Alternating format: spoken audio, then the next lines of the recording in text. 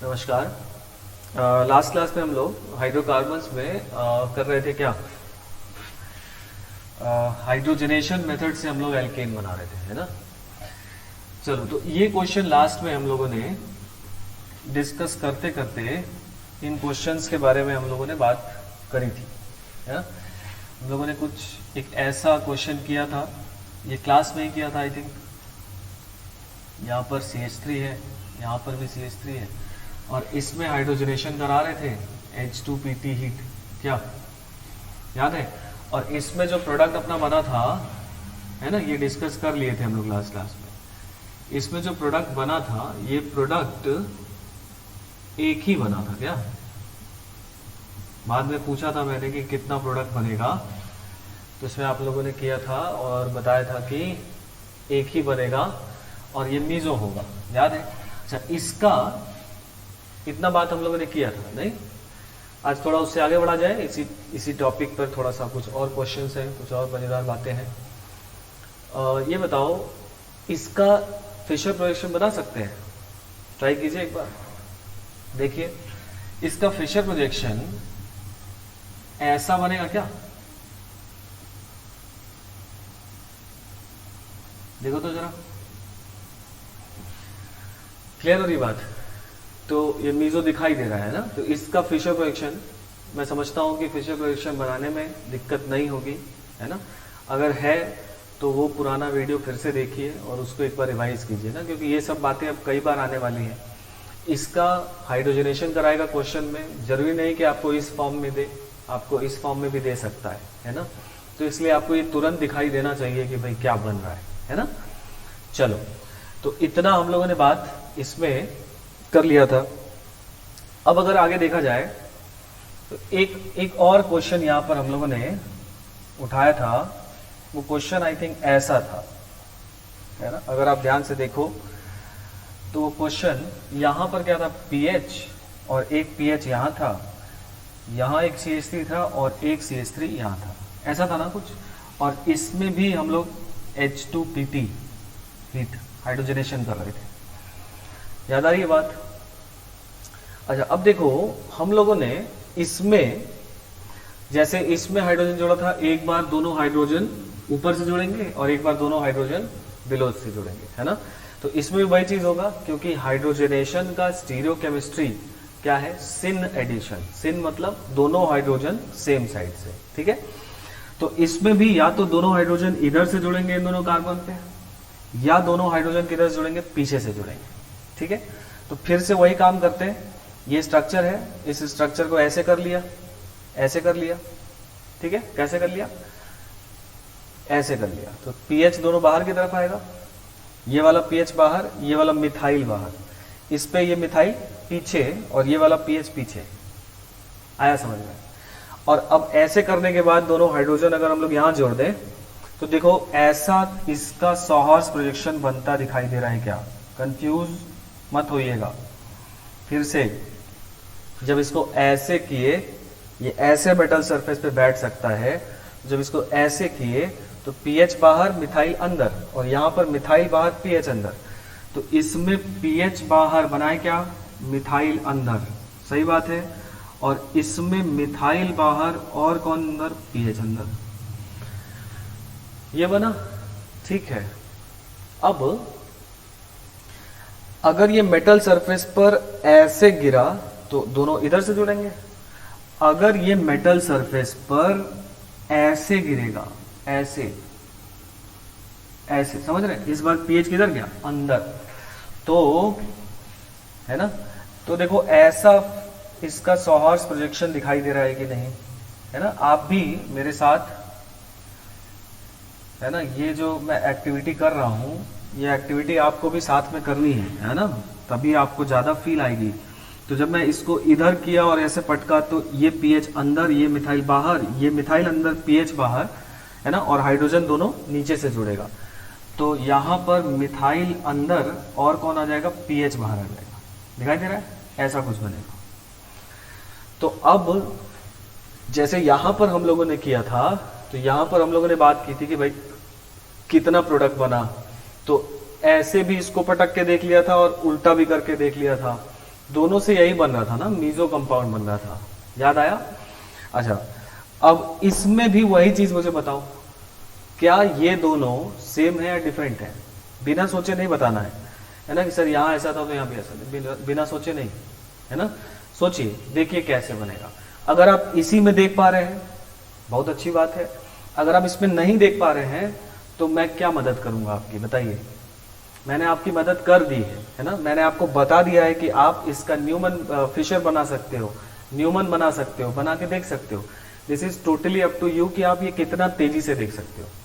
कुछ लोग को यही दिखाई दे रहा होगा, आंसर हो गया उनका, वो बबल करके आगे बढ़ जाएंगे।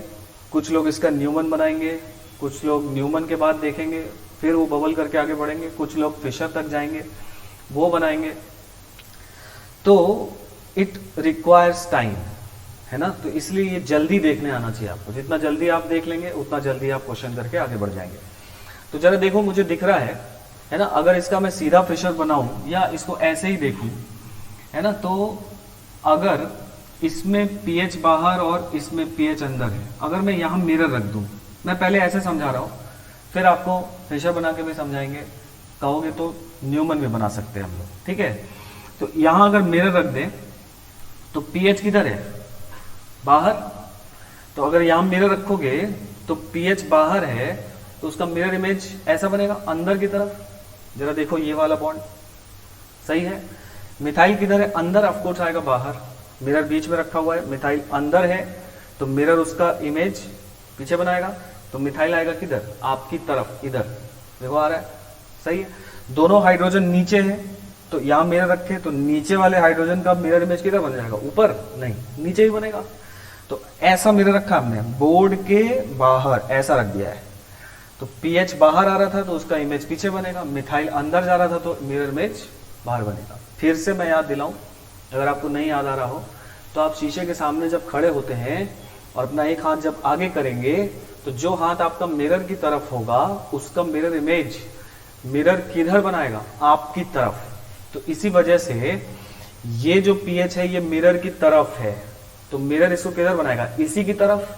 वो आप देखोगे तो आपको किधर दिखेगा? आपसे दूर, क्योंकि अगर ये पीएच इधर है तो इसका मिरर इमेज ऐसा बनेगा भाई, पीछे जाता हुआ, और आप उधर से देखोगे तो आपको किधर दिख रहा है? अंदर की तरफ। वही बना हुआ है। आई कहानी समझ में? वो चीज बार बार, है ना, उसको रिवाइज करते रहेंगे, ठीक है? वैसा ही देखो यहां पर भी हो जाएगा। मिथाइल बाहर है, अंदर चला जाएगा, पीएच अंदर है, बाहर चला जाएगा। मुझे दिख रहा है कि ये दोनों एक दूसरे के मिरर इमेज है, ठीक है? तो क्या इनको एनेंटियोमर कह दिया जाए क्योंकि एक दूसरे के मिरर इमेज है? सोचिए, है ना, सोचिए, यही सब बात सोचनी है अपने को। क्या इनको एनेंटियोमर कह दिया जाए? नहीं कह सकते। कब तक नहीं कह सकते? जब तक हम लोग ये डिसाइड ना कर लें कि ये जो है ऑप्टिकली एक्टिव है। अगर ये ऑप्टिकली एक्टिव होगा तो उसका मिरर इमेज उस पर नॉन सुपर इम्पोजिबल होगा, और अब ये दोनों क्या होंगे, है ना, एनेंटियोमर कहे जाएंगे। बात समझ में आ रही है? तो पहले चेक किया जाए कि क्या ये ऑप्टिकली एक्टिव है, क्योंकि देखो मिरर इमेज तो सबका हो सकता है यार। कोई भी चीज रख देंगे तो उसका मिरर इमेज बनेगा, तो क्या सबको एनेंटियोमर बोलते चले? है ना, नहीं। एनेंटियोमर किसको बोलेंगे? अगर कोई कंपाउंड ऑप्टिकली एक्टिव है, उसका मिरर इमेज, है ना, जो होगा वो भी ऑप्टिकली एक्टिव होगा, दोनों एक दूसरे पर नॉन सुपर इम्पोजिबल होंगे। तो पहले चेक किया जाए कि क्या ये ऑप्टिकली एक्टिव है। बिल्कुल है। इसके पास कोई पीओएस दिखाई दे रहा है भाई? नहीं है, कोई पीओएस नहीं है। काटोगे तो एच के पीछे एच मिलेगा, लेकिन मिथाइल के पीछे फिनाइल मिल जा रहा है, पीओएस नहीं है। अच्छा, इसके पास सीओएस भी नहीं है। देखो जरा ध्यान से, सीओएस होने के लिए अगर ये नीचे है तो ये वाले एच को ऊपर लाना होगा। चलो तो इसको 180 डिग्री, इसको फिक्स रख के इसको 180 डिग्री घुमा दो, तो एच किधर चला जाएगा? ऊपर आ जाएगा। फिनाइल बाहर की तरफ है, 180 डिग्री घुमाओगे तो उसके अपोजिट, मतलब नीचे। मतलब मैं बना दे रहा हूं एक जगह, ठीक है? एक बार को आपको कंफ्यूजन ना हो इसलिए बना देते हैं। तो ये वाला जो कहानी है, इसमें मिथाइल बाहर है, फिनाइल अंदर है, और इस वाले में फिनाइल इधर आ जाएगा और मिथाइल इधर आ जाएगा। ऐसा बनेगा क्या? देखो तो जरा सब लोग, ये आ रहा है ना? तो अब देखो, H से चले तो H मिला, ठीक है, ऐसा, लेकिन हर डायरेक्शन में होना चाहिए। मिथाइल बाहर है, मिथाइल से चलोगे तो अंदर कौन मिल रहा है, पीएच, मतलब इसके पास COS भी नहीं है, दिखाई दिया। तो इस कंपाउंड के पास दो कायरल सेंटर है, POS नहीं है, COS नहीं है, तो ये ऑप्टिकली एक्टिव हो जाएगा। तो क्योंकि ये ऑप्टिकली एक्टिव है और ये इसका मिरर इमेज है, तो इस वजह से ये दोनों आपस में क्या हो गए, एनेंशियोमर्स हो गए। तो इस बार आपको जो आंसर मिला है वो एनेंशियोमर्स मिले हैं, ठीक है, दोनों मिले हैं। अब एक और डाउट यहां पर बच्चों को आता है, क्या डाउट आता है, कुछ लोगों को लगता है कि ये दोनों सेम है ना, कुछ लोगों को लगता है कि ये दोनों सेम है। जरा देखो सेम है क्या। कुछ लोग बोलेंगे सर इसको ऐसे घुमा दें, जैसे ऐसे रखा हुआ है, इसको ऐसे घुमा दें तो यही बन जाएगा। घुमाइए, चेक करिए, देखिए है क्या, क्या ये दोनों सेम है, नहीं है। देखो अगर मैं इसको ऐसे घुमाऊंगा तो मिथाइल बाहर था, घूम के मिथाइल ऐसा बाहर है, अगर इसको 180 डिग्री ऐसे घुमाओगे तो मिथाइल बाहर से किधर आ रहा है, दिख रहा है, अंदर, ठीक है। यहां पे बताओ, दिखा नहीं, फिनाइल किधर है, अंदर, 180 डिग्री घुमाओगे तो किधर आएगा, बाहर। देखो यहां पे कौन है, फिनाइल, और यहां देखो दिख रहा है, मतलब अगर इसको आप घुमा दिए तो वापस यही तो बना, नहीं ये नहीं बना, ये बना, ठीक है। मतलब इस बार घुमाने से ये सेम नहीं हो रहा है, और नहीं होगा क्योंकि ये दोनों आपस में एनेंशियोमर है, और अगर घुमा देने से सेम हो जाएंगे तो काहे के एनेंशियोमर। क्लियर हुई मेरी बात। तो ये एनेंशियोमर्स बने। अब जरा मुझे एक चीज और बताओ कि इसका इधर से गिरने का, ऐसे गिरने का प्रोबेबिलिटी और ऐसे गिरने का प्रोबेबिलिटी है ना, कितना है, मतलब हेड्स या टेल्स आने का प्रोबेबिलिटी इसका कितना है, दोनों बराबर होंगे। तो इसका मतलब जितना ये बनेगा बाय प्रोबेबिलिटी उतना ही ये भी बनेगा। और अगर ये दोनों एनेंशियोमेरिक मिक्सचर दोनों बराबर बने तो ऐसे मिक्सचर का स्पेशल नाम होता है, क्या बोलते हैं हम लोग, रेसमिक मिक्सचर। बोलो, तो ये रेसमिक मिक्सचर बने। और अगर आपसे कोई पूछे कि नेट सॉल्यूशन विल बी, तो क्या बोल दोगे, ऑप्टिकली इनएक्टिव। आया समझ में बात, net solution is optically inactive. तो यहां पर जब हम लोग, अब ध्यान से इसको कंक्लूड करें, ये फॉर्म था सिस, और सिस में जब हाइड्रोजनेशन कराए तो मिला मीजो, मिला क्या, और ये फॉर्म था अपना ट्रांस, और ट्रांस में जब हाइड्रोजनेशन कराए तो आपको मिला रेसिमिक मिक्सचर। तो आया सीरो केमिस्ट्री। इसीलिए मैं बार बार एम्फेसिस कर रहा था कि सिन एडिशन होता है, सिन एडिशन, क्योंकि कहीं कहीं पर फर्क पड़ जाएगा। आई कहानी समझ में ना। तो ये स्टीरियोकेमिकल इंप्लीकेशन है किसी रिएक्शन का, किसी मैकेनिज्म का, कि सिस जुड़ रहा है, सिन जुड़ रहा है, कि एंटी जुड़ रहा है। ये बात अब आपको क्या होनी चाहिए, पता होनी चाहिए। समझ में आई इसी बात। चलिए, तो अब तो सिस में जब हम लोगों ने हाइड्रोजनेशन कराए, हाइड्रोजनेशन कराया मतलब सिन एडिशन कराया, तो अपने को मीजो मिला। और ट्रांस में जब हमने सिन एडिशन कराया तो अपने को रेसमिक मिला। ठीक है। अब यहां एक फॉर्मूला हम लोग बना लेते हैं, मतलब सिर्फ यहां नहीं, किसी भी रिएक्शन में अगर इस तरह का सिमेट्रिकल सिस मॉलिक्यूल होगा, है ना, और उसमें सिन एडिशन होगा, तो हमेशा क्या मिलेगा, मीजो मिलेगा। और अगर ट्रांस कंपाउंड होगा और उसमें सिन एडिशन होगा तो हमेशा क्या मिलेगा, रेसमिक ही मिलेगा। ठीक है, क्लियर एनफ। तो एक फॉर्मूला बना लेते हैं, बना ये लेते हैं कि भाई सिस एल्कीन पर जब सिन एडिशन होगा तो मीजो मिलेगा। ठीक है, CSM, सिस पर सिन एडिशन तो मीजो, और ये हर जगह ट्रू है। जहां जहां सिन एडिशन हम लोग पढ़ेंगे सब जगह पर क्या होगा, मीजो मिलेगा। और ये जो है ये अपना है टी ट्रांस पर जब सिन एडिशन कराए तो मिलेगा रेसमिक, तो इसका फॉर्मूला हो गया TSR। तो CSM एंड TSR। ठीक है, देखो वैसे तो ये देखने में ज्यादा टाइम नहीं लगेगा, जब आप पढ़ ही रहे हैं और जब इसको समझना शुरू कर रहे हैं तो आप ये चीज़ तुरंत देख सकते हो, है ना, बहुत ज़्यादा टाइम इसमें लगने वाली बात नहीं है। क्वेश्चन आए तो देख कर ही करेंगे, बेटर होगा। लेकिन अगर थोड़ा सा आलसी प्रवृत्ति के भी होते हैं हम लोग, तो ठीक है, अगर मान लीजिए आलस है तो CSM और TSR याद कर लीजिए, क्लियर हुआ बात, है ना। तो सिस पर सिन एडिशन तो मीजो और ट्रांस पर सिन एडिशन तो रेसिमिक, और अब ये हर जगह ध्यान रखोगे, ठीक है। आगे बढ़ा जाए, चलो अब देखो और क्वेश्चन इस पे किया जाए।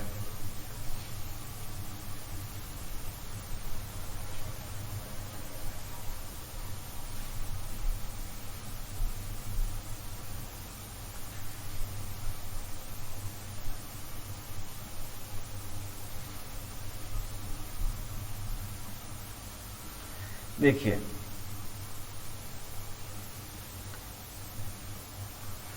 Net solution will be optically क्या है, इनएक्टिव। चलो अच्छा, अब और कुछ क्वेश्चन किया जाए, उसी में आगे बढ़ते हैं हम लोग।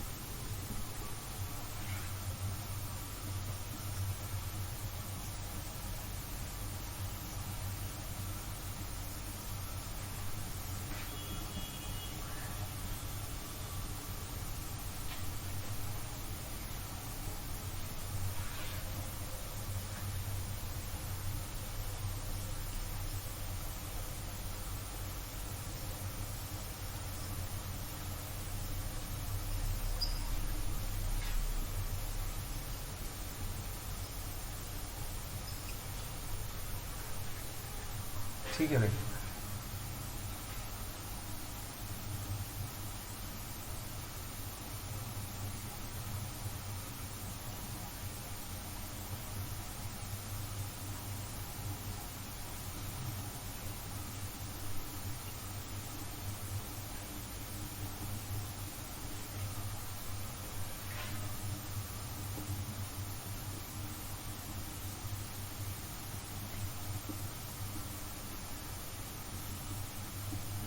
ठीक है। ये सारे क्वेश्चन आप लिख लीजिए, लिखने के बाद पॉज करके इसको कर लीजिए, डिस्कस किया जाए। हो गया होगा, चल। तो हाँ, इसमें आपसे पूछा जा रहा है दो बात, नंबर ऑफ प्रोडक्ट्स और रिलेशन। देखा जाए तो देखो इसमें यहाँ पाई बॉन्ड है और ये D2 जुड़ रहा है, D2 मतलब हाइड्रोजन का आइसोटोप। तो या तो ये दोनों D ऊपर से जुड़ेगा या दोनों D नीचे से जुड़ेगा। तो पहले ऐसे क्वेश्चन में आप क्या करो, पहले प्रोडक्ट बनाइए, है ना। पहले ही आप ये मत सोचिए कि भाई क्या बनेगा, पहले बनाइए, उसके बाद तब देखिए बड़े आराम से, है ना। एक दो बार जब करेंगे तो धीरे धीरे आइडिया लगना शुरू हो जाएगा कि इसमें क्या बन रहा है ना, तो जल्दी हो जाएगा। जैसे एक ये प्रोडक्ट बनेगा और प्लस एक प्रोडक्ट देखो, ये मिथाइल तो ऊपर ही रहेगा, D नीचे और D, ये आ रहा है ना समझ में। देखो यहां पर D दोनों ऊपर जुड़े, ये तो फिक्स रहेगा ना, ये इसमें तो कोई चेंज नहीं आने वाला, क्योंकि ये तो अबो दिया हुआ है तो अबो रहेगा। वहां पर रिएक्शन नहीं हो रहा इसलिए इसका चेंज नहीं होगा। रिएक्शन इस पाई बॉन्ड पे हो रहा है तो यहीं पे सोचेंगे बस। तो या तो दोनों D ऊपर जुड़ गया या दोनों D नीचे से जुड़ गया। और कोई पॉसिबिलिटी, एक और पॉसिबिलिटी है कि एक D ऊपर से जुड़े और एक D नीचे से जुड़े। ऐसा पॉसिबिलिटी कंसिडर किया जाएगा? नहीं किया जाएगा। क्यों नहीं किया जाएगा? क्योंकि ऐसा तो होता ही नहीं है। यहाँ पर क्या होता है, यहाँ पर तो सिन एडिशन होता है। तो ये बात श्योर है कि दोनों सेम साइड से जुड़ेंगे, चाहे दोनों ऊपर से चाहे दोनों नीचे से। क्लियर हुआ बात? अब तो नंबर ऑफ प्रोडक्ट्स पूछा गया तो बड़े तसल्ली के साथ बोल देंगे हम लोग, कितना? 2।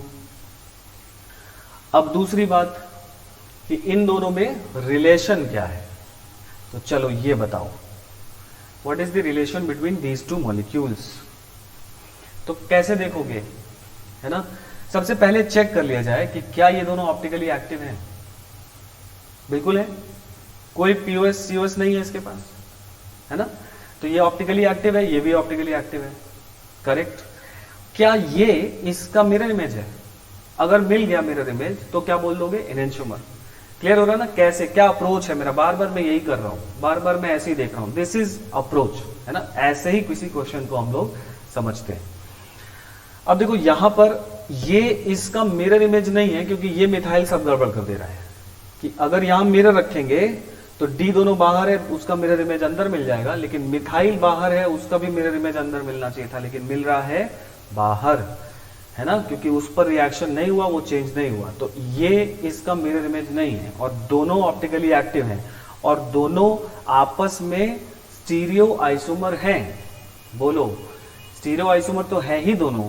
तो जो दो पेयर ऑफ कंपाउंड जो एक दूसरे के स्टीरियो आइसोमर होते हैं लेकिन मिरर इमेज नहीं होते हैं, ऐसे कंपाउंड्स के पेयर को हम लोग डायास्टीरियोमर्स कहते हैं। पढ़े हैं? तो ये दोनों मिला डायास्टीरियोमर्स, ठीक है। तो अब वो पूछा जा रहा है आपसे, तो ये दोनों पार्ट का आंसर हो गया। एक सवाल मेरी तरफ से, net solution will be optically क्या होगा, एक्टिव और इनएक्टिव? बोलो, क्योंकि ये भी ऑप्टिकली एक्टिव है, ये भी ऑप्टिकली एक्टिव है, दोनों ऑप्टिकली एक्टिव है, इस वजह से net solution will be optically active. आया समझ में? यही सब सवाल है। कभी आपसे ये पूछेगा, कभी ये पूछेगा, कभी ये पूछेगा, कभी प्रोडक्ट ही पूछ लेगा, है ना। बस बहुत सिंपल सी बात। तो ये हो गया। इसका बता दो जल्दी से। तो इसका एक प्रोडक्ट ऐसा बनेगा, देखो ये मिथाइल तो चेंज होगा नहीं, एक बार डी दोनों अबव जुड़ जाएंगे और एक बार डी दोनों किधर जुड़ जाएंगे, बिलो जुड़ जाएंगे। क्या भाई, है ना। इसका ये दोनों प्रोडक्ट बन रहे हैं, तो इसमें नंबर ऑफ प्रोडक्ट्स कितना पूछा जाएगा, तो बोल दोगे यहां पर भी 2, इसका आंसर। और इन दोनों में रिलेशन क्या है, बताओ क्या रिलेशन है इन दोनों में? क्या ये दोनों आपस में स्टीरियो आइसोमर है? बिल्कुल है। क्या ये इसका मिरर इमेज है? नहीं है। तो दोनों स्टीरियो आइसोमर है, एक दूसरे के मिरर इमेज नहीं है, तो बस क्या बोल दोगे, डायास्टीरियोमर्स। समझे बात? तो ये डायास्टीरियोमर्स हो गए। फिर वही एक बोनस क्वेश्चन मेरी तरफ से, net solution will be optically क्या, एक्टिव, है ना। गलत। क्यों ऑप्टिकली इनएक्टिव? क्योंकि इस बार इसके पास पीओएस है, इसके पास भी पीओएस है, तो ये दोनों ही ऑप्टिकली इनएक्टिव कंपाउंड हैं। तो नेट सॉल्यूशन ऑप्टिकली एक्टिव कैसे बन जाएगा? तो net solution will be optically inactive, क्योंकि दोनों ऑप्टिकली इनएक्टिव हैं।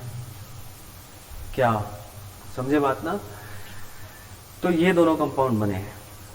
एक और सवाल, इसमें बहुत सारे सवाल पूछे जा सकते हैं, है ना। ये सब इंटरेस्टिंग बात है, यही फंसाता है, यहीं पर हम लोग को टाइम देना है।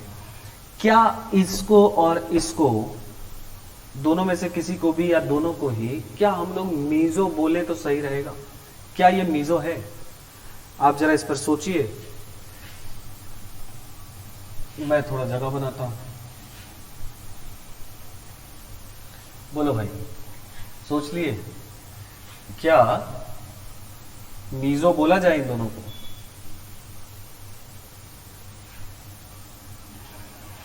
तो मीजो के लिए क्या करेंगे, किसी कंपाउंड को हम लोग मीजो कब बोलेंगे, कि जब इसका, है ना, ये पीओएस या सीओएस की वजह से ऑप्टिकली इनएक्टिव हो जाए और इसका कोई एक ऑप्टिकली एक्टिव स्टीरियो आइसोमर होना चाहिए। तो इसका कोई एक स्टीरियो आइसोमर जो ऑप्टिकली एक्टिव है, आप सोच सकते हो? देखो तो जरा, सोचा तो जा सकता है कि अगर एक डी ऐसा हो जाए और एक डी ऐसा हो जाए, क्या अब इसके पास पीओएस सीओएस नहीं है, दिख रहा है, एक डी अबव हो जाए और एक डी बिलो हो जाए, तो इसका या इसका एक ऑप्टिकली एक्टिव स्टीरियो आइसोमर हम सोच सकते हैं, बना सकते हैं। मतलब अगर बनते समय ये दोनों डी इधर से या ये दोनों डी पीछे से न जुड़कर कोई ऐसा प्रोसेस होता, हम लोग आगे हो सकता है पढ़े, कोई ऐसा प्रोसेस होता कि एक डी आगे से और एक डी पीछे से जुड़ता उस पाई बॉन्ड पे, तो ये बनता, और अगर ये बनता तो ये ऑप्टिकली एक्टिव होता। तो इसका स्टीरियो आइसोमर ऑप्टिकली एक्टिव हो सकता है, इस वजह से इनको हम लोग मीजो कह देंगे। क्या? तो इस बार आपके पास दो कंपाउंड बने और दोनों ही मीजो हैं, है ना मजेदार बात? ठीक है, तो ये सब सवाल पूछे जा सकते हैं, इतनी सारी बातें इन क्वेश्चंस में पूछी जाती है। ठीक है, ये वाला बता दो फटाफट, देखो तो जरा। अगर हम लोग बात करें इसकी, तो इसमें देखो तो या तो D दोनों H2 है, इस बार H दोनों अबव से जुड़ेगा या बिलो से जुड़ेगा, तो यहाँ पे तो दोनों H हो जाएंगे, तो बनाने की जरूरत नहीं है कि अबव जुड़ा कि बिलो जुड़ा, क्योंकि यहाँ पे तो दोनों H ही होंगे। केवल यहाँ बनाया जाए, अगर H ऊपर से आके जुड़ेगा तो मिथाइल पीछे जाएगा, और अगर H पीछे से आके जुड़ेगा तो मिथाइल अबव आएगा। क्लियर है? तो दोनों पहले हम लोग क्या करें, बना लें। इस मिथाइल पे कोई चेंज नहीं होगा क्योंकि ये मिथाइल पर रिएक्शन ही नहीं हो रहा।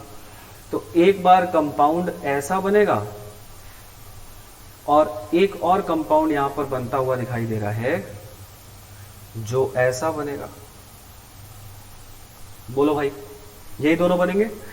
अब जरा मुझे बताओ सेम बात, नंबर ऑफ प्रोडक्ट्स दिखाई दे रहा है 2, कर लिया होगा सभी ने, तो ये बन गया भाई। अच्छा, ये दोनों सेम नहीं है, दिख रहा है, ये सेस है, ये ट्रांस है। अच्छा, नंबर ऑफ प्रोडक्ट्स हो गया, इन दोनों में रिलेशन बताओ, इन दोनों में रिलेशन, क्या इसका ये मिरर इमेज है? नहीं। क्या ये और ये सेम है? नहीं। क्या ये दोनों स्टीरियो आइसोमर हैं? हाँ। तो स्टीरियो आइसोमर जो एक दूसरे के मिरर इमेज ना हो उनको क्या बोल दिया जाए? डायास्टीरियोमर्स। डायास्टीरियोमर्स, कोई दिक्कत है ना? आंसर में डायस्टीरियोमर्स ना देकर ज्योमेट्रिकल आइसोमर्स भी दे सकता है, क्योंकि ज्योमेट्रिकल आइसोमर्स सारे डायस्टीरियोमर्स होते हैं, पता है ना अपने को। तो डायस्टीरियोमर्स ना देकर ऑप्शन में ढूंढते रहोगे डायस्टीरियोमर्स, है ना, और ज्योमेट्रिकल आइसोमर दिया रहेगा, तो ये सिस है, ट्रांस है, ज्योमेट्रिकल ही तो है। ठीक है, तो ज्योमेट्रिकल बोल दो या डायस्टीरियोमर्स बोल दो, दोनों सेम बात है यहाँ पर।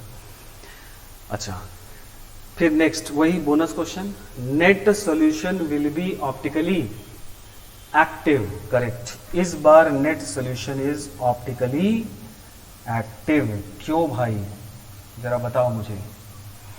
ये तो मीजो है, दिख रहा है, इसके पास पीओएस है, इसके पास है क्या पीओएस? नहीं है। इसके पास सीओएस है क्या? नहीं है। तो इस मॉलिक्यूल के पास ना तो पीओएस है न ही सीओएस है, तो ये मॉलिक्यूल ऑप्टिकली एक्टिव है। तो एक सॉल्यूशन जिसमें ऑप्टिकली एक्टिव कंपाउंड पड़ा है और ऑप्टिकली इनएक्टिव कंपाउंड पड़ा है, तो उसका नेट रोटेशन होगा कुछ ना कुछ, तो इसीलिए लिखा जा रहा है net solution is optically active. अब कुछ लोग गलत सोच रहे होंगे, सोच जरूर रहे होंगे, ये मैं श्योर हूं, लेकिन गलत सोच रहे होंगे, मैं पहले से बता दूं। मुझे सोच सर ये बना है तो इसका मिरर इमेज भी तो बना होगा। कैसे बना होगा, जरा बताओ कैसे बना होगा। या तो हाइड्रोजन यहां पे जुड़ेगा, या तो ये मिथाइल बिलो जाएगा, या ये मिथाइल अब आएगा, इसके साथ कुछ नहीं होगा। तो इसका मिरर इमेज नहीं बन रहा है, इस बार दिख रहा है ना बात। तो इस वजह से ये ऑप्टिकली एक्टिव हुआ, समझ गए? तो ये हो गया अपना सवाल, है ना। अच्छा, अब लास्ट क्वेश्चन कर दो।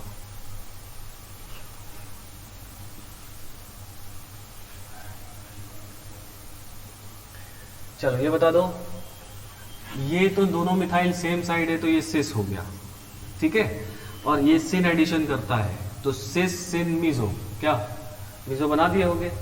लेकिन देखो इस बार गलत हो गया होगा, है ना। कुछ लोग बात पकड़ लिए होंगे, लेकिन कुछ लोग फॉर्मूला लगाने के चक्कर में गलत हो गया होंगे। यहां पर CSM नहीं लग पा रहा है। क्यों नहीं लग पा रहा है? क्योंकि ये सिमेट्रिकल नहीं है ना। अभी आपने ध्यान दिया हो, जब मैं वो बात बता रहा था तो मैंने सिमेट्रिकल सिस एल्कीन बोला था। सिमेट्रिकल सिस एल्कीन इसीलिए बोला था क्योंकि ये दोनों पार्ट सेम होने चाहिए, जबकि यहां पर सेम नहीं है। अब देखो ये कैसे मीजो नहीं बनेगा, देखो तो, अगर इसका मैं 100 हॉर्स प्रोजेक्शन बना दूं तो दोनों डी ऐसे जुड़ गए। इसमें मान लो मिथाइल इधर आ गया, पीएच इधर आ गया, और इस वाले में मिथाइल बाहर आ जाएगा और एच इधर हो जाएगा। ऐसे ही बनेगा, एक फॉर्म बनाए हैं, एक फॉर्म ऐसे ही बनेगा और दूसरा इसका उल्टा बनेगा, दूसरा भी बना देते हैं, वो भी बढ़िया बात है। एक और बात निकल कर आएगी, देखो तो जरा, उल्टा कर दिया जाए ना, पीएच यहाँ पर मिथाइल कर दिया जाए और यहाँ पे कर दिया जाए क्या, एच, और यहाँ कर दिया जाए CH3, है ना, ऐसा कर दिया जाए, ठीक है ना। अब जरा देखो तो क्या ये मीजो बना इस बार, नहीं बना, क्योंकि इसके पास प्लेन ऑफ सिमेट्री नहीं आई। मिथाइल डी के पीछे डी मिला, CH3 के पीछे CH3 मिला, लेकिन H के पीछे PH हो गया। ये सिस जरूर है लेकिन मीजो नहीं देगा क्योंकि सिमेट्रिकल नहीं है।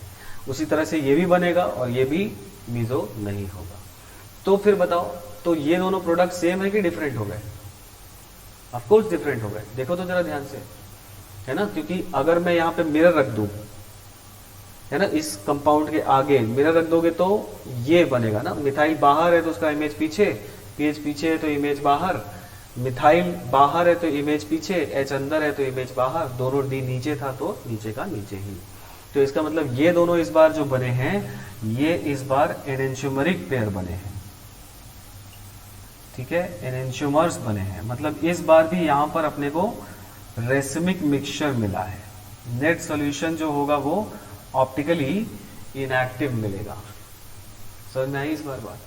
तो जरूरी नहीं है कि CSM वाला फॉर्मूला हर जगह लगे, इसीलिए मैं कह रहा हूं कि अगर आप मैकेनिज्म और वो कैसे बनता है इस बात पे ध्यान रखेंगे तो फॉर्मूला भी कहाँ लगना है कहाँ नहीं लगना है इस बात का एक बेटर अंडरस्टैंडिंग होगा, है ना।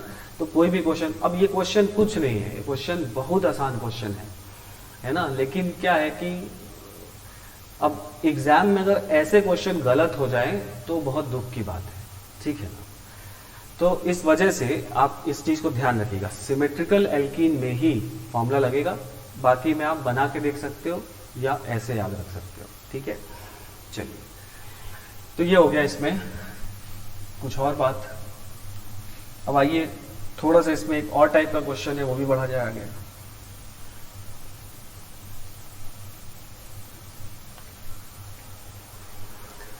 चलो अच्छा, एक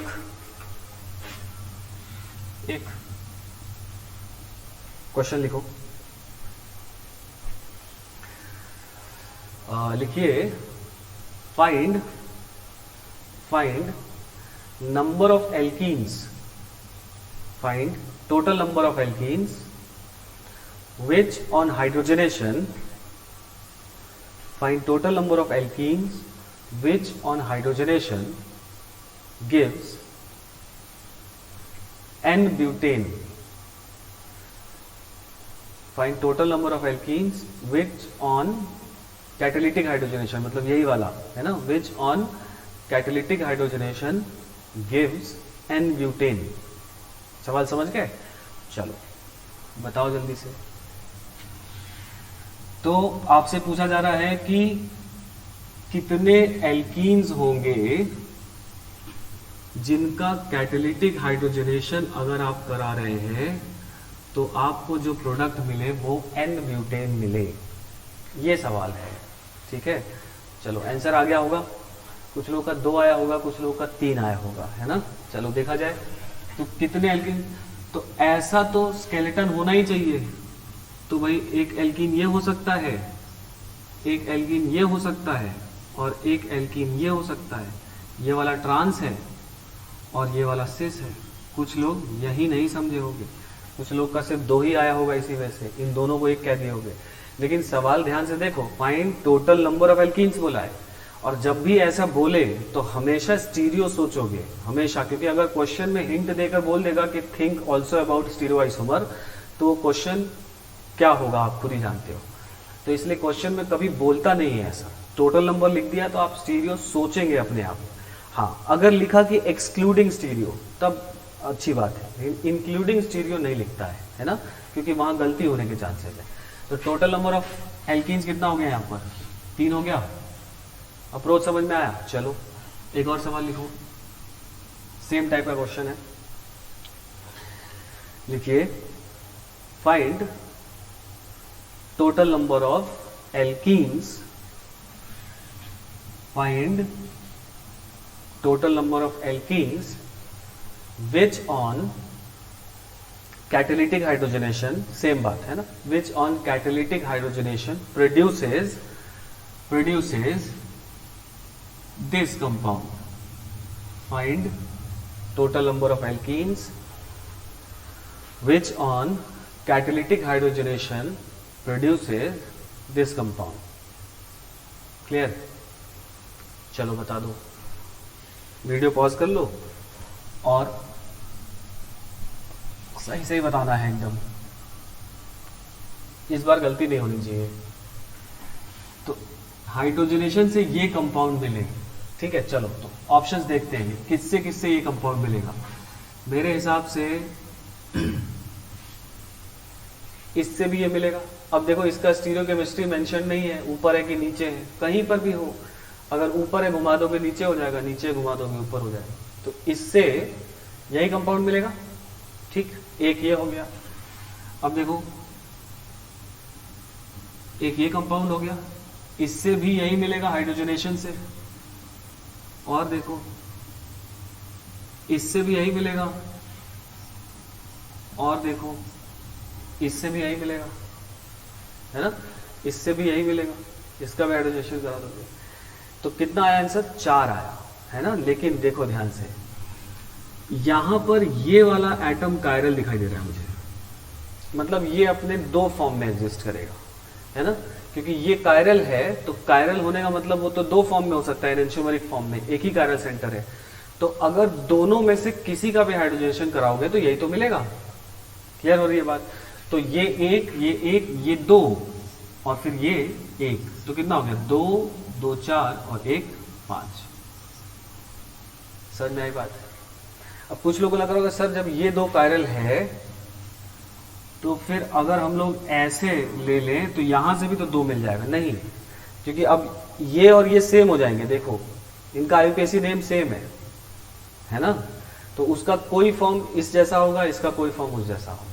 तो ये अलग से नहीं आएगा, आप बना के देखिएगा कॉपी पे. ठीक है. तो यहाँ पे टोटल आंसर जिससे ये अपने को कंपाउंड मिलेगा दैट इज 5. ठीक है, तो ध्यान रखेंगे. अब आ जाओ एक और टाइप का क्वेश्चन इसमें.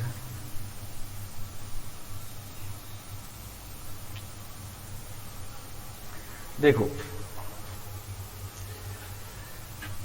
जैसे एक बार इसमें ये क्वेश्चन मैं पूछूं,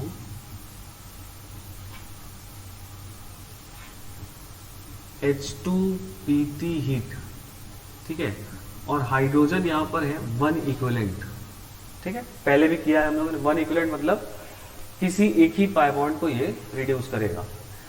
तो इसका आंसर जनरली आप लोग क्या दोगे कि सर ये भी जितना हिंडर्ड है वो भी इतना ही हिंडर्ड है, मतलब दोनों में से किसी को भी कर दो, है ना. तो आप इसका जो आंसर लिख देंगे वो आंसर ये लिख देंगे, लेकिन आंसर ये दिया नहीं होगा, ये गलत होगा. जबकि इसका एक्चुअल आंसर जो होगा वो ये होगा, है ना. ये बन जाएगा, ये नहीं बनेगा. तो ये बात यहां पर सीखनी है अपने को कि ऐसा कैसे हो गया, है ना. तो जरा समझा जाए कि जब भी इस तरह का कॉन्जुगेटेड डाइईन होता है, कॉन्जुगेटेड डाइईन, कॉन्जुगेटेड मतलब आपस में रेजोनेंस में होगा, और उसमें अगर एक इक्विवेलेंट हाइड्रोजनेशन करा रहा है ना, तो ऐसा प्रोडक्ट मतलब इसका रेजोनेटिंग स्ट्रक्चर वाला जहां पर पाई बॉन्ड आएगा, ऐसा प्रोडक्ट मिलने का चांस होता है. ठीक है, ऐसा क्यों होता है और कैसे होता है जरा समझा जाए. देखो जब इसका हाइड्रोजनेशन कराते हैं हम लोग, तो यहां पर होता क्या है, ये मेटल सरफेस पर यहां पर हाइड्रोजन था जिसका ये सिग्मा बॉन्ड वीक हो चुका था. अब ये जो CH2, ये जो पाई बॉन्ड है, ये जो मॉलिक्यूल है, ये इस तरह से इसके ऊपर एड्सॉर्ब होगा. इन दोनों के बीच में पाई बॉन्ड है और इन दोनों के बीच में पाई बॉन्ड है, ऐसा ही है ना. तो ये है. तो जब ये मॉलिक्यूल उस हाइड्रोजन के ऊपर बैठता है तो दोनों पाई बॉन्ड को सेम साइड कर लेता है. ठीक है, मतलब यहां बना हुआ है दोनों अपोजिट साइड, लेकिन यहां पर सिग्मा बॉन्ड है तो रोटेशन हो सकता है ना. तो दोनों पाई बॉन्ड जो अक्रॉस थे वो सिग्मा बॉन्ड के थ्रू रोटेशन होकर दोनों किधर आ जाएंगे, सेम साइड होकर ऐसे उस मॉलिक्यूल के ऊपर बैठते हैं. ठीक है, तो जब इस मॉलिक्यूल के ऊपर बैठते हैं, यहां रेजोनेंस तो चल ही रहा होगा अभी, है ना. तो अभी ये जो हाइड्रोजन है वो इससे और दूसरा इससे, या इससे और इससे, क्योंकि तभी तो वो प्रोडक्ट आप सोच रहे हो ना कि ये दोनों हाइड्रोजन इन दोनों p ऑर्बिटल से जुड़ जाए, ये पाई बॉन्ड टूट जाए, है ना, या ये दोनों हाइड्रोजन इन दोनों p ऑर्बिटल से जुड़ जाए, ये पाई बॉन्ड टूट जाए, तभी तो ये प्रोडक्ट आप सोच रहे हो। तो ये ऐसे नहीं जुड़ता इस बार, है ना। इस बार ये कैसे जुड़ता है कि ये वाला हाइड्रोजन इसके साथ, लास्ट वाले कार्बन के साथ पाई बॉन्ड सिग्मा बॉन्ड बनाता है, और ये वाला जो हाइड्रोजन है वो इस वाले के साथ बनाता है। तो जब ये वाला इसके साथ बनाने लगता है, ये वाला इसके साथ बनाने लगता है, तो इसका ये पाई बॉन्ड क्या होने लगता है, टूटने लगता है, और ये दोनों आपस में पाई बॉन्ड बनाने लगते हैं। और ये वाला पाई बॉन्ड क्या होने लगता है, टूटने लगता है, ये वाला पाई बॉन्ड भी आपस में टूटने लगता है। इतनी बात आई समझ में।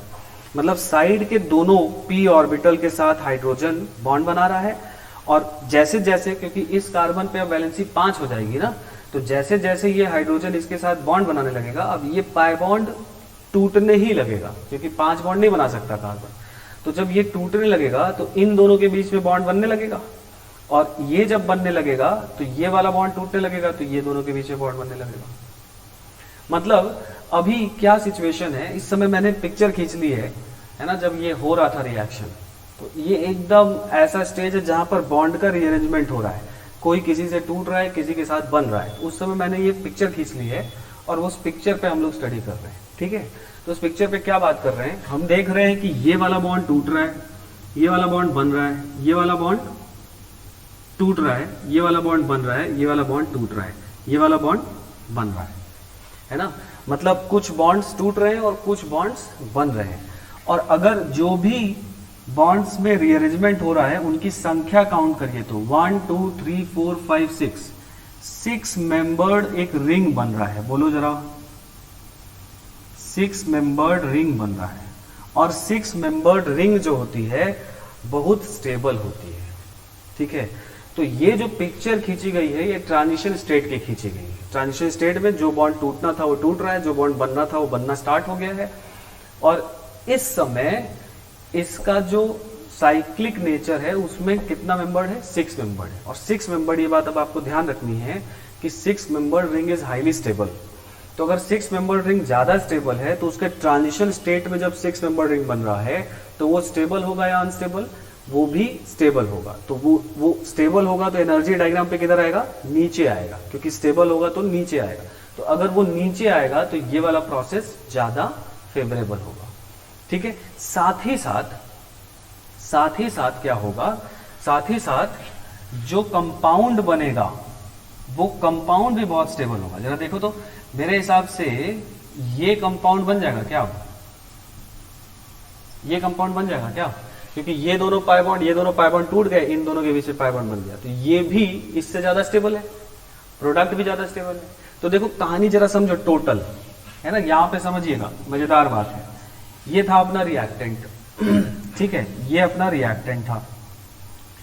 इससे एक प्रोडक्ट बन रहा है ये, और एक प्रोडक्ट बन रहा है ये ऊपर मैंने इसलिए बनाया है क्योंकि ये कम स्टेबल है, ये नीचे इसलिए बनाया है क्योंकि ये ज्यादा स्टेबल है। सॉरी, थोड़ा सा गड़बड़ कर दिया, एक्चुअली एक्सोथर्मिक है ना, तो ये नीचे आना चाहिए। तो इसको अगर मैं ऐसे बनाऊं कि भाई ये यहां पर था और एक कंपाउंड बना है ये, और एक कंपाउंड बना है ये, समझे ना, इससे दोनों को नीचे बनाया है क्योंकि एक्सोथर्मिक प्रोसेस है, दिख रहा है ना। तो अब जरा समझो कि ये अगर कम स्टेबल प्रोडक्ट है और इसमें जब हाइड्रोजनेशन हो रहा था तो 6 मेंबर रिंग बनता नहीं बनता। 6 मेंबर रिंग किसमें बन रहा है, इसमें बन रहा है, तो इसका एक्टिवेशन एनर्जी ऊपर से आएगा और इसका एक्टिवेशन एनर्जी नीचे से आएगा। ऑफ कोर्स नीचे से आएगा क्योंकि ये 6 मेंबर रिंग यहाँ पे बन रहा है, तो ये प्रोडक्ट भी ज्यादा स्टेबल है और उसका ट्रांजिशन स्टेट जो कि ये है, इसमें 6 मेंबर रिंग है, ये भी ज्यादा स्टेबल है, तो ये नीचे से आएगा। तो जरा देखो, यहां से ये वाला रास्ता और यहां से यहां पहुंचने वाला रास्ता, ये प्रोडक्ट भी स्टेबल है और बन भी जल्दी रहा है, ये प्रोडक्ट कम स्टेबल है और बन भी लेट में रहा है, तो ज्यादा कौन बनेगा, ऑफ कोर्स ये बनेगा। आया समझ में बात, नहीं ना। तो इस वजह से जब भी ऐसा सिचुएशन होगा तो हमेशा ये वाला मेजर प्रोडक्ट बना देंगे। क्लियर, चलिए, तो ये कॉन्सेप्ट था, इसको समझना था। लेकिन इसमें एक चीज ध्यान रखेंगे आप, क्या, कि ये वहीं पॉसिबल हो पाएगा जहां दोनों पाई बॉन्ड सेम साइड आ सकते हो। अगर दोनों पाई बॉन्ड अपोजिट साइड है और सेम साइड नहीं आ सकते तो वहां पर यह चीज नहीं हो पाएगी। ठीक है, जैसे मैं सवाल के थ्रू समझाता हूं, इसको नोट कर लीजिए सब लोग, है ना, बढ़िया बात है। ग्राफ भी नोट करेंगे और इस तरह से हम लोग चीजों को, है ना, धीरे धीरे कॉन्सेप्चुलाइज करेंगे कि हाँ कहाँ क्या कैसे क्यों बन रहा है। चलो, हाँ, तो जैसे मान लो ये क्वेश्चन में बता रहा था कि एक मान लीजिए ये है, इसका हाइड्रोजनेशन करा रहे हो तो प्रोडक्ट ए लिखना है और दूसरा कंपाउंड आपको ये दे दिया है और इसका हाइड्रोजनेशन करा रहे हो और यहां प्रोडक्ट बी लिखना है। ठीक है, तो प्रोडक्ट ए और बी में आपको रिलेशन बताना है, या प्रोडक्ट ए और बी क्या है यही लिख दिया जाए। ठीक है ना, ये भी कॉन्जुगेटेड डाइईन है और यहां पर हम लोगों ने इसका 1 इक्विवेलेंट लिया हुआ है और यहां पर भी हाइड्रोजन का क्या लिया हुआ है, 1 इक्विवेलेंट लिया हुआ है, मतलब एक ही पाई बॉन्ड को रिड्यूस करेगा। तो यहां पर भी वही बात है, यहां पर भी वही बात है, ये भी कॉन्जुगेटेड डाइईन है, ये भी कॉन्जुगेटेड डाइईन है। अब आपको डिसाइड करना है कि यहां क्या प्रोडक्ट बनेगा और यहां क्या प्रोडक्ट बनेगा। ठीक है, चलो समझा जाए। तो देखो जरा यहां पर, क्योंकि ये दोनों पाई बॉन्ड सिस हैं, है ना, इस रिंग के दोनों पाई बॉन्ड एक तरफ है, तो जब ये बैठेगा हाइड्रोजन के ऊपर तो दोनों सेम साइड से बैठेंगे तो 6 मेंबर रिंग बड़े आसानी से बन सकती है। तो इस वाले में ऐसा रेजोनेंस करके बीच में पाई बॉन्ड डाल दोगे। बीच में पाई बॉन्ड क्यों डाल दे रहे हैं, क्योंकि वही वाला एल्कीन जो है वो ज्यादा स्टेबल है, ज्यादा नंबर ऑफ अल्फा हाइड्रोजन है, ज्यादा स्टेबल है, इसलिए यही वाला बनेगा। समझ के बाद, जब कॉन्जुगेटेड है तो। अगर हम लोग इसकी बात करें तो इस बार देखो एक पाई बॉन्ड इधर है और एक पाई बॉन्ड इधर है ना, दोनों अपोजिट हैं। अब क्या ये पाई बॉन्ड घूम के इधर आ सकता है? क्या ये जो पीछे जा रहा है रिंग में, क्या ये घूम के इधर आ सकता है? तो बताओ, नहीं आ सकता इस बार, क्योंकि अगर ये घूमेगा तो घूमेगा कैसे, तो बंधा हुआ है ना इधर से। समझ गए? तो इस बार ये आपस में एक सिग्मा बॉन्ड के अलॉन्ग दोनों अपोजिट डायरेक्शन में है, तो दोनों ट्रांस साइड में है। समझ में आ रहा है ना? अच्छा, सिस ट्रांस में इसलिए बोल रहा हूं, ज्योमेट्रिकल आइसोमेरिज्म मत ढूंढने लग लीजिएगा, वो पढ़ लिए हम लोग, वो बात हो गई। सिस ट्रांस में इसलिए बोल रहा हूं, सिस ट्रांस मतलब दोनों सेम साइड वाला सिस और दोनों अपोजिट साइड वाला ट्रांस। ये नहीं कि सर यहाँ ज्योमेट्रिकल कहाँ है, नहीं, वो बात नहीं, ज्योमेट्रिकल नहीं पढ़ रहे हम लोग, है ना। सिन और एंटी बोल लिया जाए, सिन मतलब सेम साइड, एंटी मतलब अपोजिट साइड, ठीक है ना, ये बात है, ज्योमेट्रिकल नहीं पढ़ रहे। तो ये इधर है और ये अपोजिट है, मतलब ये दोनों एक दूसरे के अपोजिट जा रहे हैं, एंटी है। तो यहां पर अब क्योंकि दोनों सेम साइड आके हाइड्रोजन पे नहीं बैठ सकते, तो इस बार 6 मेंबर रिंग बनने के चांसेस नहीं है। तो अगर 6 मेंबर रिंग बनने के चांसेस, क्योंकि 6 मेंबर रिंग बनने के लिए दोनों सेम साइड होगा, तभी तो बेचारे दोनों हाइड्रोजन से जुड़ेगा। अब एक पीछे है एक आगे है, तो वो दोनों हाइड्रोजन तो जुड़े ही हुए हैं ना, तो एक तरफ जुड़ेगा और दूसरा पीछे जाके कहां जुड़ेगा। समझ रहे बात ना? तो इस वजह से यहां पर अब एक ही पाई बॉन्ड रिड्यूस होगा। जरा बताओ कौन सा? इस बार ये पाई बॉन्ड रिड्यूस होगा क्या? क्योंकि इसके पास 2 ही अल्काइल ग्रुप हैं और इसके पास एक ये है, एक ये है, एक ये है, 3 अल्काइल ग्रुप है। मतलब इस एल्कीन और इस एल्कीन में ये ज्यादा स्टेरिकली हिंडर्ड है, ये कम है। तो जब ये बात हम लोग पढ़े थे कि जब ऐसा होगा तो एक ही पाई बॉन्ड को आप रिड्यूस करा दोगे जो कम स्टेरिकली हिंडर्ड होगा, तो इस केस में प्रोडक्ट ये बनेगा। समझ गए ना? तो ये बात है मजेदार, इसको ध्यान रखिएगा। चलिए आगे बढ़ा जाए।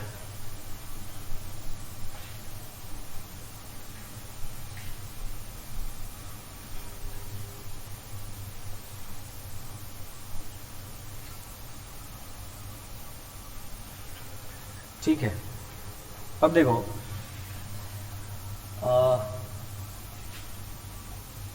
इसमें एक पॉइंट और लिख लो।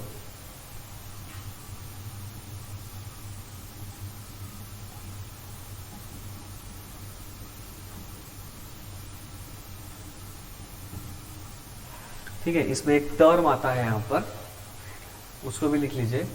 वो टर्म क्या है ना, मैं स्टेटमेंट बोल रहा हूँ, लिखिएगा कि catalytic hydrogenation, catalytic hydrogenation of, catalytic hydrogenation of alkenes, catalytic hydrogenation of alkenes is an example of stereospecific reaction. Catalytic hydrogenation of alkenes is an example of stereospecific reaction. ठीक है, तो stereospecific reaction यहाँ पर एक term आया, सवाल में भी इस्तेमाल किया जा सकता है। तो stereospecific reaction क्या होते हैं, है ना। देखो, स्टीरियो मतलब स्टीरियो आइसोमरिज्म जो पढ़े, स्पेसिफिक मतलब आप जानते हो, है ना, मतलब स्टीरियो आइसोमरिज्म के हिसाब से स्पेसिफिक रिएक्शन है। मतलब स्पेसिफिक क्या है कि सिन एडिशन ही होगा। मतलब अगर आप सिस एल्कीन लेंगे सिमेट्रिकल तो मीजो ही बनेगा, और अगर आप ट्रांस लेंगे तो रेसिमिक ही बनेगा। ट्रांस के साथ कभी भी मीजो नहीं बनेगा। समझ में आ रही बात। सिस के साथ, सिमेट्रिकल सिस के साथ कभी भी ऑप्टिकली एक्टिव नहीं बनेगा। तो मतलब स्टीरियो वाइज ये बहुत स्पेसिफिक है। मतलब 1% भी दूसरा नहीं बनेगा। मतलब अगर आपने सिस ले लिया सिमेट्रिकल वाला और उससे आप मीजो बनाए तो 100% मीजो बनेगा, दूसरा वाला 1% भी नहीं बनेगा, ऑप्टिकली एक्टिव जरा भी नहीं बनेगा। और ऐसे रिएक्शन होते हैं, उनको हम लोग बोलते हैं स्टीरियो स्पेसिफिक रिएक्शन। समझ के बात ना, कि जब एक टाइप ऑफ स्टीरियो आइसोमर, सिस और ट्रांस में से वो स्टीरियो आइसोमर ही तो है, तो एक टाइप ऑफ स्टीरियो आइसोमर जब एक ही टाइप का कंपाउंड बनाए, those reactions are called stereo specific reaction. ठीक है, एक पॉइंट लिख लो, स्टीरियो स्पेसिफिक रिएक्शन में, इसको पॉइंट है, टर्म है, लिख लिया जाए। लिखिए, देखिए, those reactions in which one stereoisomer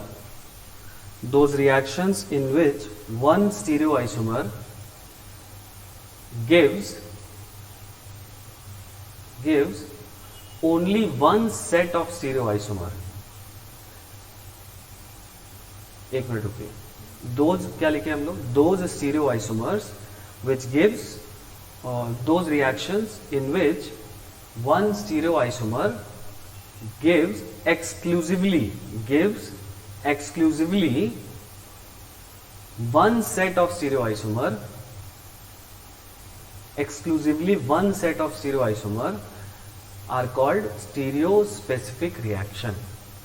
ठीक है, क्या बोला मैंने बोला कि ऐसे रिएक्शन जिसमें एक कंपाउंड का, जैसे सिस सिमेट्रिकल ले लिया और इसमें हम लोग D2PT हीट डाल दिए, तो इसमें मीजो ही बनने वाला है, दूसरा बिल्कुल भी नहीं बनेगा। बोलो, है ना, तो मीजो ही बना, इसमें ऑप्टिकली एक्टिव नहीं बनेगा। तो एक स्टीरियो आइसोमर एक्सक्लूसिवली केवल एक ही प्रोडक्ट दे, ऐसे रिएक्शन को स्टीरियो स्पेसिफिक रिएक्शन बोलते हैं। अगर ट्रांस ले लेंगे तो रेसिमिक बनेगा, मतलब ऑप्टिकली एक्टिव बनेगा, दोनों बनेंगे। तो वही लिखा गया है कि one set of stereo isomer, one set मतलब मीजो तो एक ही है, और जब भी ऑप्टिकली एक्टिव मिलेगा तो हमेशा दो मिलेंगे। ठीक है ना, तो क्लियर हुआ डेफिनेशन। स्टीरियो स्पेसिफिक मतलब कुल मिलाकर अगर हिंदी में बात करें हम लोग, तो ये बात है कि एक स्टीरियो आइसोमर से, एक कंपाउंड से केवल एक ही स्टीरियो आइसोमर बने, दूसरा ना बने। ठीक है ना, तो इसको बोलते हैं स्टीरियो स्पेसिफिक। एक और यहां पर टर्म है stereo selective. Stereo selective reactions, ठीक है, वो भी लिख लिया जाए, स्टीरियो सेलेक्टिव रिएक्शंस। तो जैसा स्टीरियो स्पेसिफिक है लगभग वही स्टीरियो सेलेक्टिव है, लेकिन इस बार थोड़ा सा स्पेसिफिक से मॉडरेट टर्म इस्तेमाल किया है। एक है स्पेसिफिक, वही चाहिए, वही बात है ना, और एक है सेलेक्टिव, है ना। सेलेक्टिव मतलब कि ठीक है दोनों से काम चला लेंगे, लेकिन सेलेक्टिव हैं, हमको रसगुल्ला ज्यादा पसंद है, नहीं, तो वो बात, तो ये सेलेक्टिव वाली बात हुई। तो स्टीरियो सेलेक्टिव रिएक्शन क्या हुआ, है ना, लिखो, those reactions those reactions in which more than one stereoisomers are formed,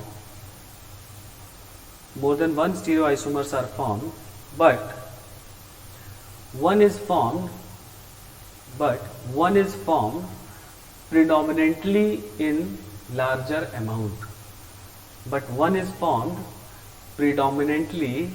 in larger amount.